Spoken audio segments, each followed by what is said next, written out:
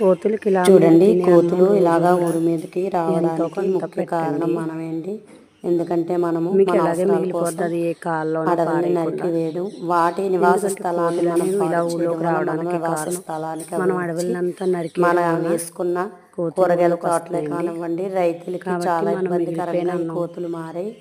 మనము చేసిన పని వలన ఇవి ఆకలితో ఉంటున్నాయి కాబట్టి మనము మన ఇంట్లో ఉన్న ప్రతి ఒక్కళ్ళ ఇంట్లో ఎంతో కొంత మిగులుతూనే ఉంటుందండి. ఆ మిగిలిన అన్నాన్ని మీరు కనుక ఇలా ఏదైనా మట్టిలో కాకుండా కవర్లో కానీ ఎక్కడైనా వేసి ఉంటే ఆ కోతులు చక్కగా తిని వాటి ఆకలి తీర్చుకుంటాయండి. ఎందుకంటే మనం వండుకున్న దాంట్లోది ఏం పెట్టం, కానీ మిగిలిపోయింది మనం పాడేసేదే కాబట్టి అవి వేస్ట్గా ఎక్కడ పాడేయకుండా కోతులకు కానీ లేదా కుక్కలకు కానీ వాటి ఆకలి తీరే విధంగా మనం మన ఆహారాన్ని అనేది ఉపయోగిస్తే ప్రతి ఒక్కరికి కూడా వేస్ట్ అయిపోయిందన్న ఫీలింగ్ రాకుండా చక్కగా ఏ ఒక జీవులు అవి తిని తృప్తి పడతాయండి.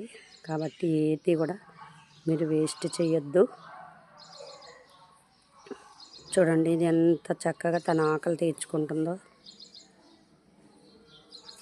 చూడండి, ఎక్కడ పడితే అక్కడే అవి పాపం ఏది ఉంటే వాటిని వేరుకొని తింటాయండి.